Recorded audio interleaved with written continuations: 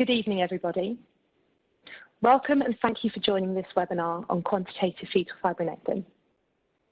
My name is Jenny Dorrington and I'm the UK Perinatal Business Development Manager at Hologic. During these challenging times, we're trying to help our customers by offering these web-based sessions to minimise the footfall within your hospital. And we're working from home, so I hope you appreciate the quality of the video feed isn't perfect, but hopefully it'll be good enough.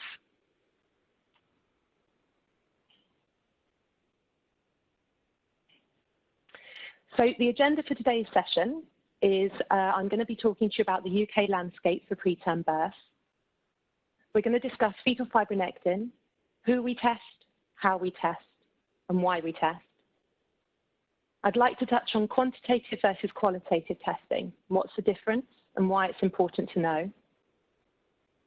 I'll be introducing you to the QUIP app and talking about best practice and regional guidelines throughout the UK.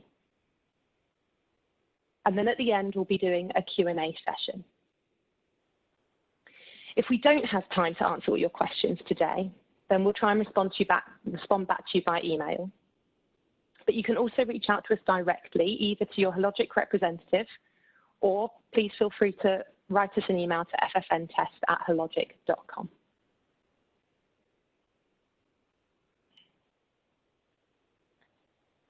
Preterm birth is a global issue, accounting for 11% of the world's live births. But one of the big issues is that many women suffer from signs and symptoms of preterm birth, but actually don't go on to deliver early. We know that 1 in 5 women experience symptoms at some point of their pregnancy. And in the UK, that equates to around 140,000 women. But the reality is more than 95% of these women don't go on to deliver within 14 days, which leaves less than 5% that do. The impact of this situation can be far-reaching, from many women receiving unnecessary and possibly detrimental avoidable intervention in the form of steroids or mag sulfate, or the impact to the hospital systems regarding bed blocking or unnecessary in utero transfers and caseload, and of course the overall cost to the service. And we also shouldn't forget that the emotional and logistical impact is massive on the in utero transfers that shouldn't be happening, and the impact that has on the patients and their families. So what is fetal fibronectin? Fetal fibronectin is an adhesive glycoprotein that's found in the maternal fetal interface. Presence in the secretions is highly associated with risk of preterm delivery if during the normal part of pregnancy. We don't see FFN increasing until the body starts to ready itself for normal labour. So presence during this time is associated with risk of preterm delivery. Historically, fetal fibronectin was a qualitative test, firstly with our quick check and then with the earliest iterations of our analyzers. And the quick check is a dipstick test, and then we had the TLI system that some of you might be familiar with, followed by the 10Q analyzer. And it's only more recently that we can now start to measure quantitatively. Qualitative tests give just a positive or a negative test result. And the difficulty is with just one single threshold, they can be prone to either false positive or false negative results around that threshold. Fetal fibronectin has always had an excellent NPV, negative predictive value, with a really high sensitivity. However, we always felt that there was more that we could do to improve the specificity, which always has the risk of overtreating. Now with quantitative testing, however, we're able to address these limitations, and I'm going to explain a little bit more further on into my presentation. So this flowchart just helps us show you how fetal fibronectin is so important in understanding threatened preterm labour, and why it's such a great biomarker to use to identify these women. What you can see here is the 4 main causative pathways of preterm birth. And you can see that fetal fibronectin is leaked in all of these causative pathways. Something else that's interesting to show you here is that it's actually leaked earlier than cervical length change. And that's because it's a biochemical marker rather than a biophysical one. And there's data to show that a high FFN is going to be more concerning even in the presence of a long cervix.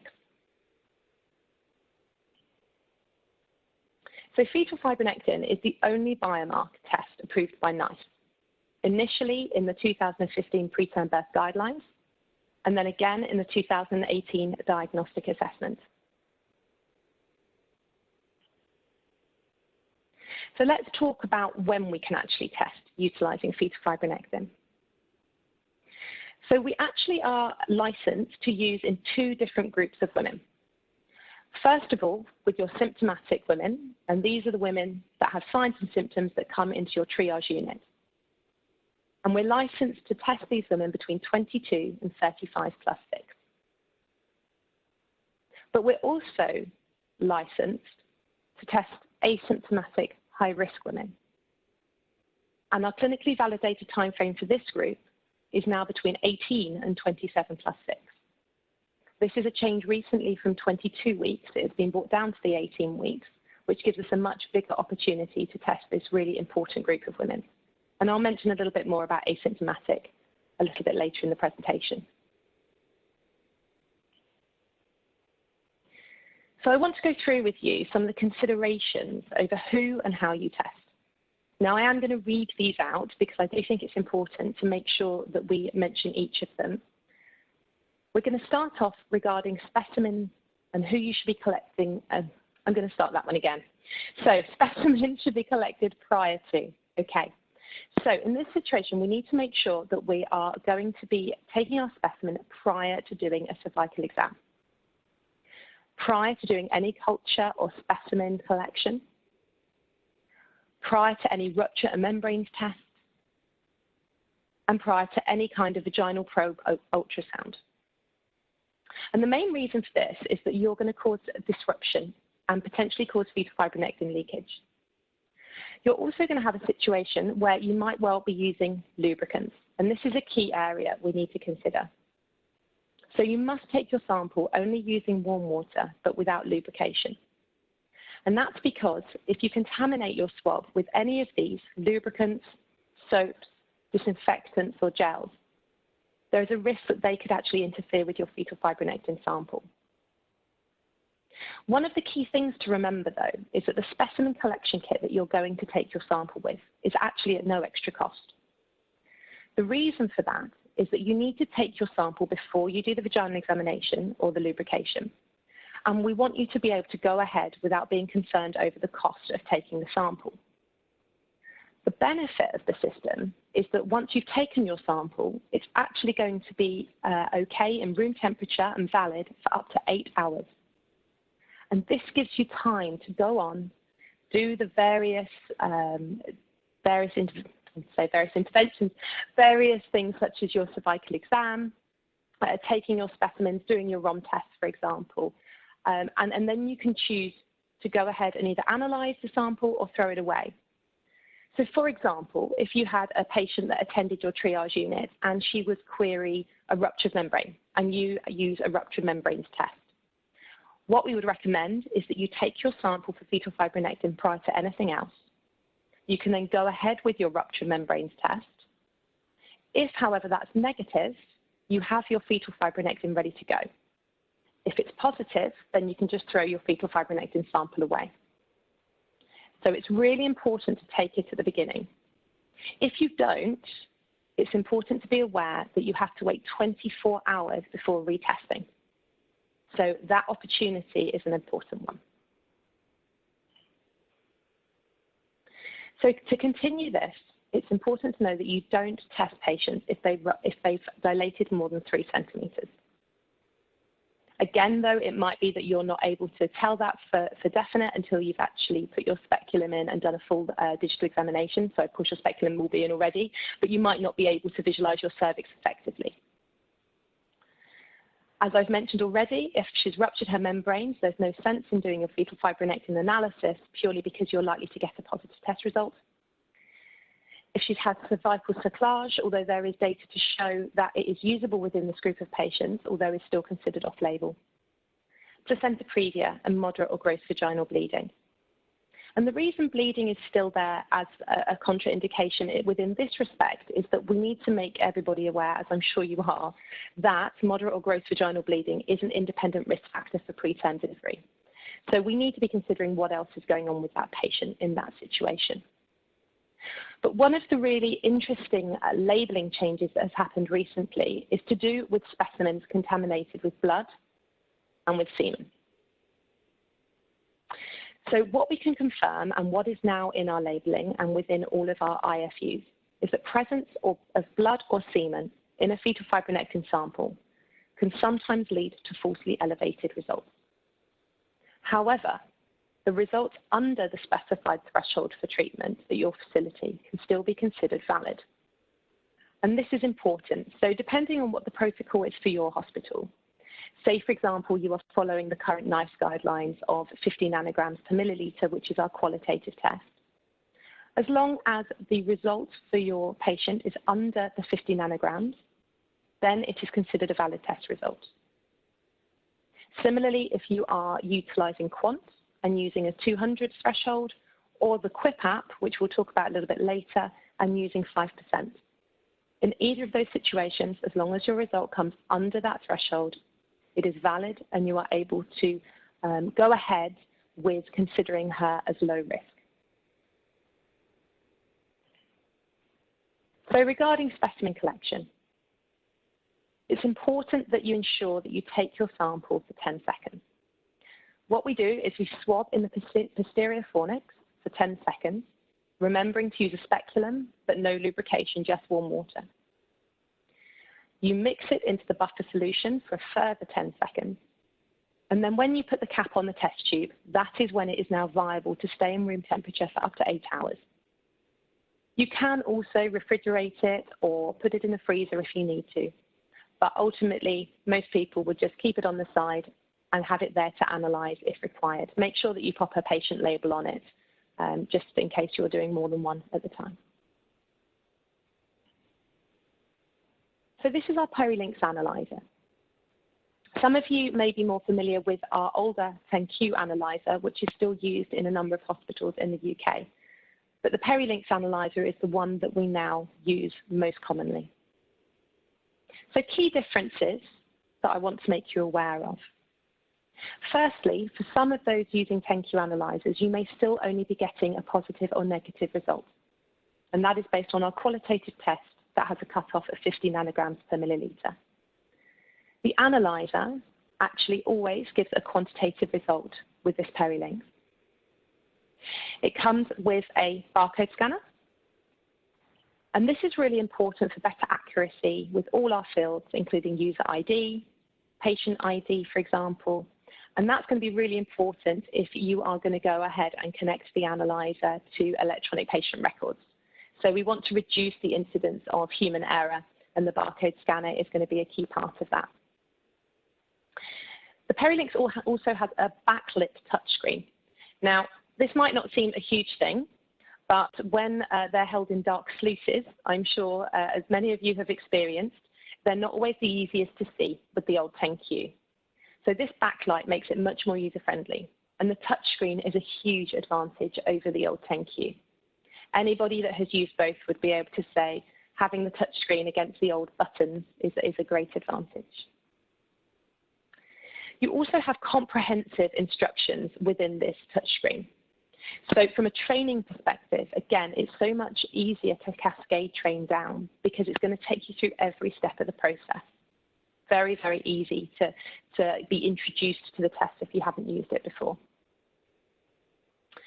And one of the other advantages, which is key if you are involved with a point of care team at your hospital, is that you can actually calibrate and validate up to 5 lot numbers of fetal fibronectin 10Q cassettes at a time. Now, that is a huge advantage to point of care, who obviously are very keen on ensuring compliance. And with our current 10Q, you can only do 1 at a time. So if you're taking out a new box of cassettes in the middle of the night, there's a very good chance they've not been properly validated with our quality controls. and the perilinks will avoid this happening. So there are some great advantages to upgrading. And if you haven't got one, please do speak to your local Hologic representative who would be happy to talk you through the process. So the actual process for testing is very simple. It should take under 10 minutes and very, very quick and straightforward. So the first thing it's going to ask you to do is it's going to ask you to enter your user ID, the lot number of the cassettes that you're using, and the patient ID. All very straightforward, and the majority of that can be done using the barcode scanner. It's then going to ask you to insert the cassette. We are now using calibrated pipettes that allow a much easier draw up of the 200 microliter sample. So what we would do at this point is ensure that you undo your cap of your specimen. We would push the swab against the sides just to get rid of any extra fluid or sample. And then you will use your pipette with the little throwaway tip. Now, the reason these are a huge benefit compared to the 1 ml syringes that were used prior is that they've got a very small lumen.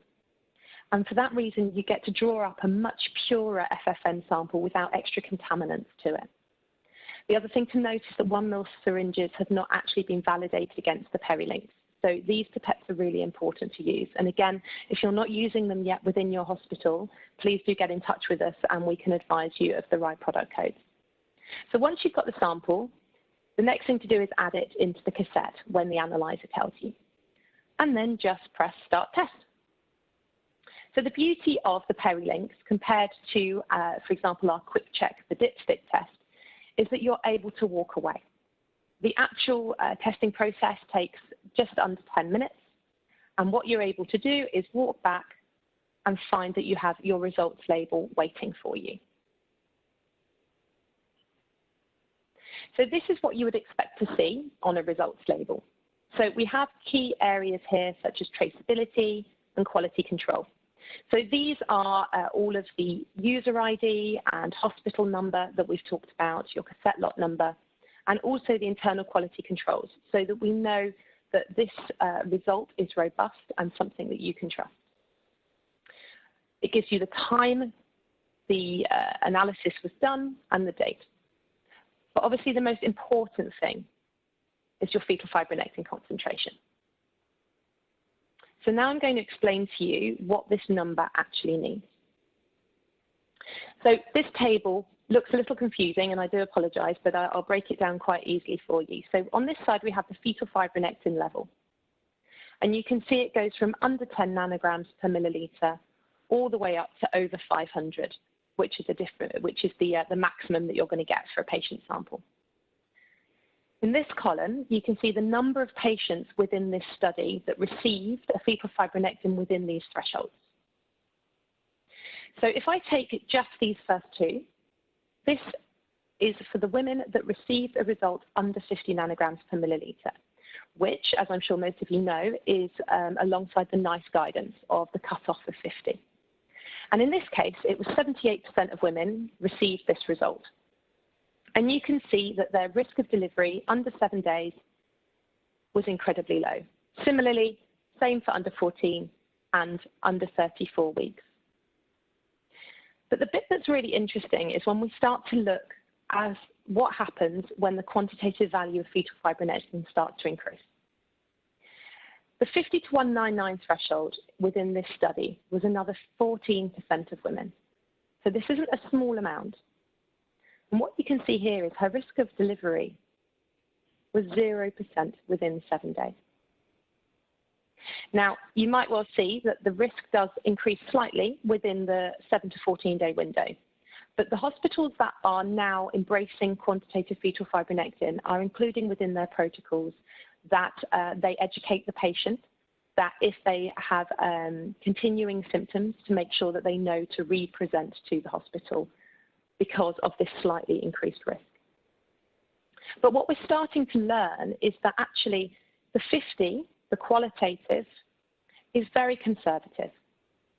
And perhaps we can start thinking that this is a dynamic, ongoing process the higher the fetal fibronectin, the higher the risk. And this is really important as well. Although this does refer directly to thresholds, it's important to understand that it is a continuum. And so if you have a patient, for example, who is just under the threshold for the 200, but you had other concerns, you're going to keep a much closer eye on her than, say, for example, a patient that was somewhere in this very low FFN area of 11 to 49, for example.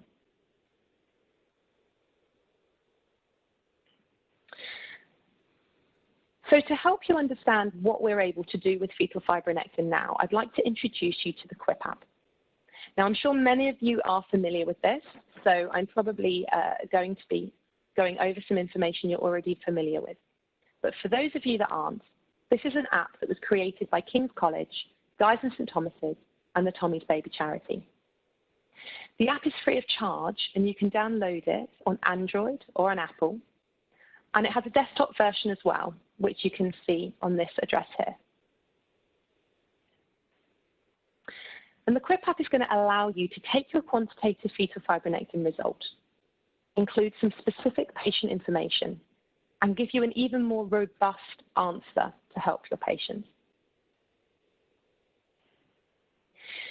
So I'm going to actually use an example of a patient that presented whilst I was doing doctor's training about 18 months ago, because I think she was a great example, and I do like sharing it when I'm doing these presentations. So it will be a good opportunity for me to take you through the different elements of the app, which are all really self-explanatory.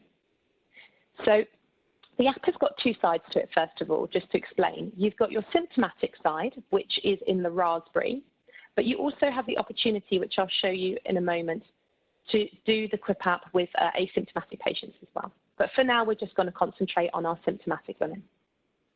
So this particular patient, she came in with signs and symptoms of preterm labour, and it always asks you that question. Now, this patient had had 2 previous LEPS procedures. So in any normal circumstance, she would have been considered high risk, and I think that's really important to remember. This was her first baby, so she didn't have any previous history to be concerned about, apart from that LEPS procedure.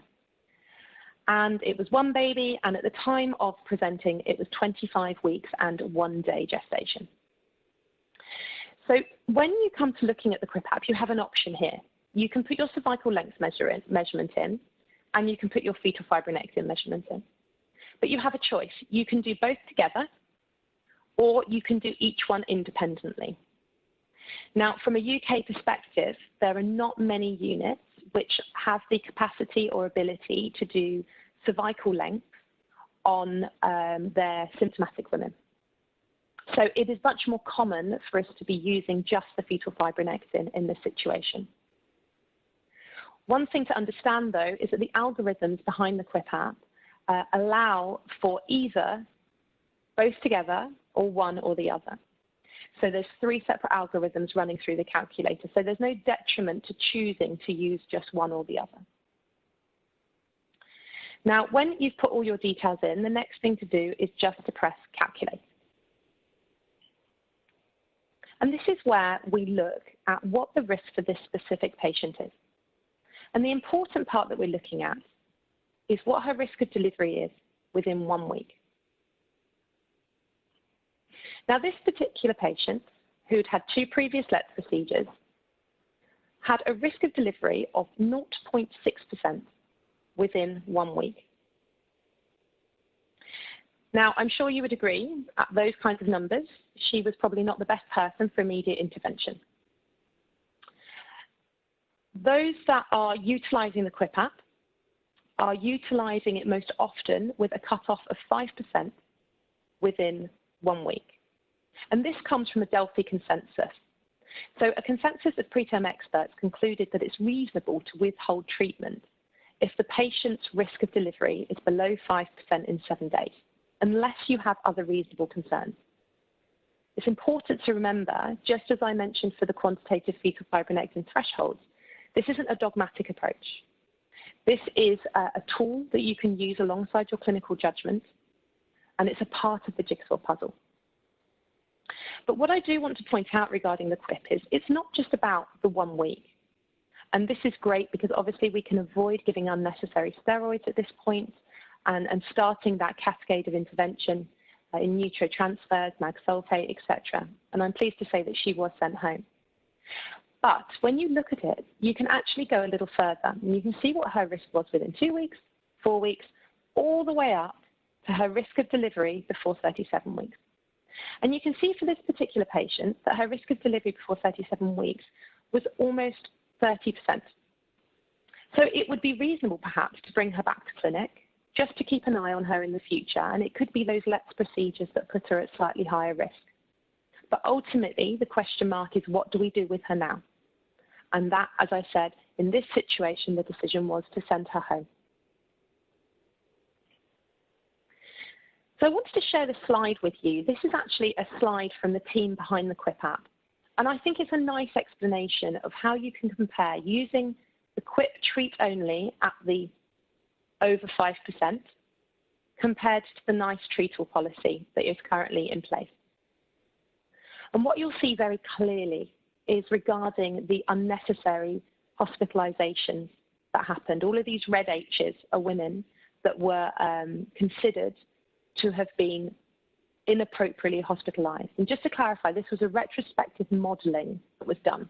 So we knew the outcome of the patients, but what they did is they looked at the 2 different options. So yes, they hospitalized a lot of women, but they found the 3 that ultimately did deliver preterm. What they then did was put the same group of women through the QIP app.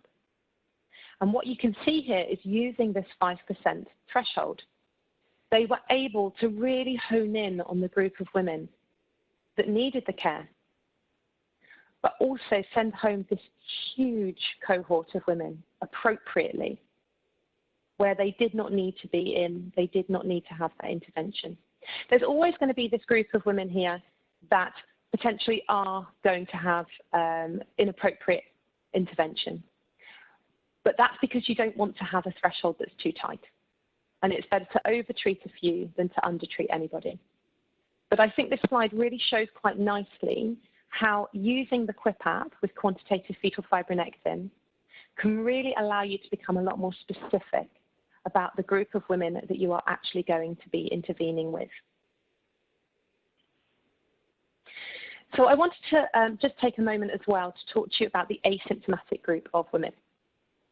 And this is an important group, especially when during the Saving Babies Lives Care Bundle version 2, which was released in April 2019, they discussed the reasonable situation of incorporating fetal fibronectin into your preterm birth clinic. And the issue with this group of patients, again, is that more than 90% of women that are identified as high risk, have got high risk factors, actually don't go on to deliver before 34 weeks. So we're talking about trying to identify the less than 10% that do. Now, when we look at a number of clinics that are up and running, and the fact that they're using fetal fibronectin alongside cervical length, we can see the same situation, this quantitative value here.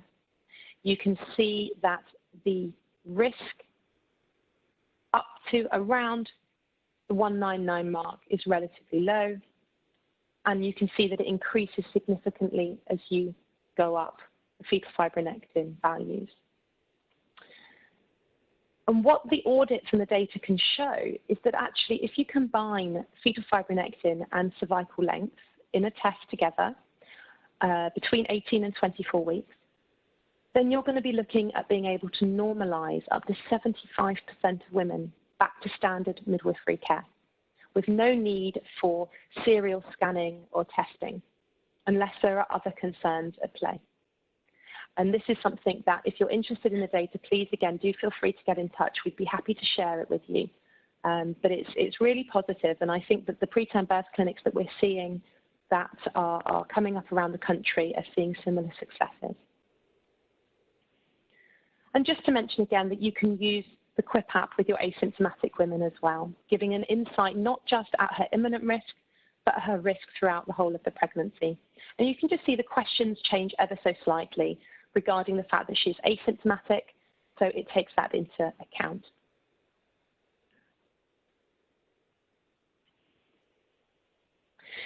So for the final part of my presentation, I just want to take a moment to talk to you about the amazing resources that are available. There's no doubt that the last few months have seen an unimaginable amount of pressure on our services. And threatened preterm labour certainly continues despite a pandemic. But with it now comes a heightened anxiety for our patients, as well as increased logistical challenges. So the team that are behind the QUIP have put together a great toolkit, which you can find on the BAPN website.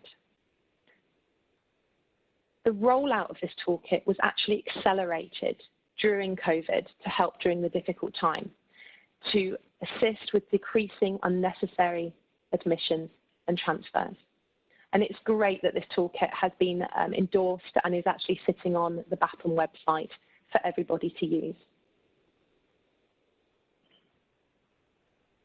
More recently, we've seen an update, I think it was on the 22nd of June, that came out from the team behind the Saving Babies' Lives. And this is Appendix I. And once again, it states the benefit of utilising quantitative fetal fibronectin and the QUIP app. And what we're understanding is that effectively utilising quantitative FFN testing and the QUIP app, not only are you ensuring your hospitals have the ability and the capacity to deal with the women that need the help the most, but during this really difficult time, it means that our vulnerable pregnant women can stay at home in the knowledge that they're extremely low risk for preterm labour.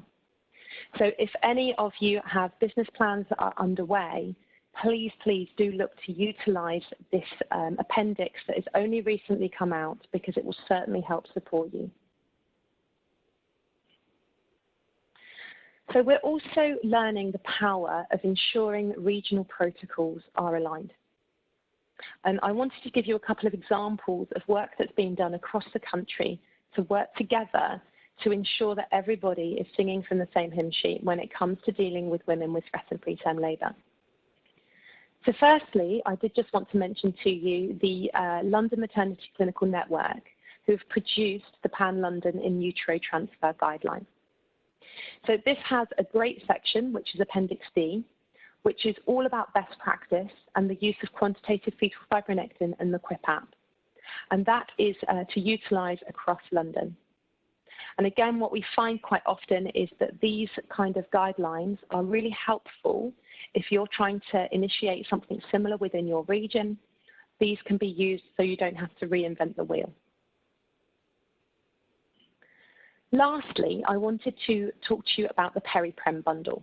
And this is a really exciting project that is underway down in the southwest of the UK. So the Peri-Prem project is being run by the team that piloted the Precept and is in collaboration with the academic health science networks and the neonatal network and the obstetric networks within the region. And what they're looking at doing is identifying whether using the right interventions at the right time can help reduce brain injury in preterm birth. Now, a key part of this revolves around the right women being in the right place at the right time. And this is where fetal fibronectin and the QUIP app come in. So the team behind Peri-Prem decided to submit a business plan to NHS England earlier this year to have quantitative fetal fibronectin funded in all 12 hospitals in the southwest for 12 months. And fantastically, only recently this was approved. So within the southwest, they are currently in the rollout phase. There are many hospitals that already use fetal fibronectin and a few that are coming on board. And hopefully they'll be moving to data collection quite shortly. But the hope is within the 12 months that they can show that this will help them target the right women that they need to use the right interventions on for the right outcome. I hope that this presentation has been of interest and has updated you on the amazing work that is being done throughout the UK. I'm going to use the opportunity to let you know that our next perinatal webinar is going to run next Thursday, the 16th of July at 6 p.m. And it's going to be hosted by Naomi Carlisle, who is one of the senior research midwives. She's going to be able to go into much more detail about the QIP and how it can help you triage women in threatened preterm labour. But similarly to this webinar, you don't need to sign up, you just need to click on the link in the invitation. So we have a few minutes now for a Q&A. As I've mentioned before, if we don't have time to answer all of the questions, although I think we've probably got a fair amount of time, which would be great, then we will respond to you via email, or you can also get hold of us on ffntest@hologic.com. So I'm just going to stop sharing my screen for a moment. There we go. And I think we've got Rian on the line, who is going to be able to pass over any questions that have come up during the presentation. Hi, Jenny. Yeah, we've had a handful of questions come in, which is great. So the first one of these is, for a preterm birth clinic, would we need an additional analyzer, or can we use the one in triage? Okay, that's a really good question. And obviously, when it comes to business plans and ensuring that you get the funding required, it's a key question. I think it depends on the layout of your hospital. If you have a clinic that is very close to your triage area, then it might be possible for you to use your existing analyzer. However, what you do need to have a think about is the flow of your treatment, because what's going to need to happen is you take your FFN sample. You're going to then need to obviously run it through the analyzer whilst you are going ahead and doing your cervical length scanning. So the question mark, I suppose, is whether you have the staffing to have somebody leaving the hospital, leaving the clinic room, sorry, to go to the analyzer and then return back. What we tend to find more often than not is that clinics do put in a plan to get their own analyzer to just make that flow a lot more easy, especially if you're trying to do multiple patients. Thanks, Jenny. So the next question that's come in is regarding the specimen collection. So can midwives collect the specimen? Brilliant question, and this is a really interesting one. I think historically it's always been the doctors that take the fetal fibronectin test, and I think that's around usually that the midwives aren't allowed to use a speculum with potential preterm babies, so under 37 weeks. But what we are finding now is that there are some units who are giving that responsibility to the midwives, and one of the benefits of that is that you're not going to have to wait for a doctor to take your sample. So I think it's very much down to the individual hospital and what your protocols are, but there are certainly really good examples of hospitals where it's not just the doctors that take the sample, but the midwives too. What you do from then on is again down to your own hospital's requirements. Some hospitals choose to just have the midwives or the band 7s, for example, analyse the sample. Others, it could be done by the doctors as well. But certainly, it's an easy test to do and one that can be done by anybody that's been trained. Great, thanks, Jenny. The next one that's come through is about the QIP app. So can you use the QIP app for twin pregnancies? Yes, you can. That's a really simple one to answer. There is actually an option on the QIP app calculator to put in whether or not it is one baby or two. And I recently was told as well, and I'm sure Naomi would correct me next week if I'm wrong, that there were a couple of triplets in the data set. It's not enough to change to actually put in 3. So if apparently you have multiples beyond 2, you can also use it, but you would just put 2 in for the QIP app. Great stuff. Next on the list is, when do you need to do liquid controls? Okay, so the liquid controls, there's 2 different sides of it to consider. From a company perspective, you need to do your quality control, liquid controls, when you put every new batch or lot number through the system. So we always encourage our hospitals to order potentially 3 months supply at a time to save you having to do that more frequently.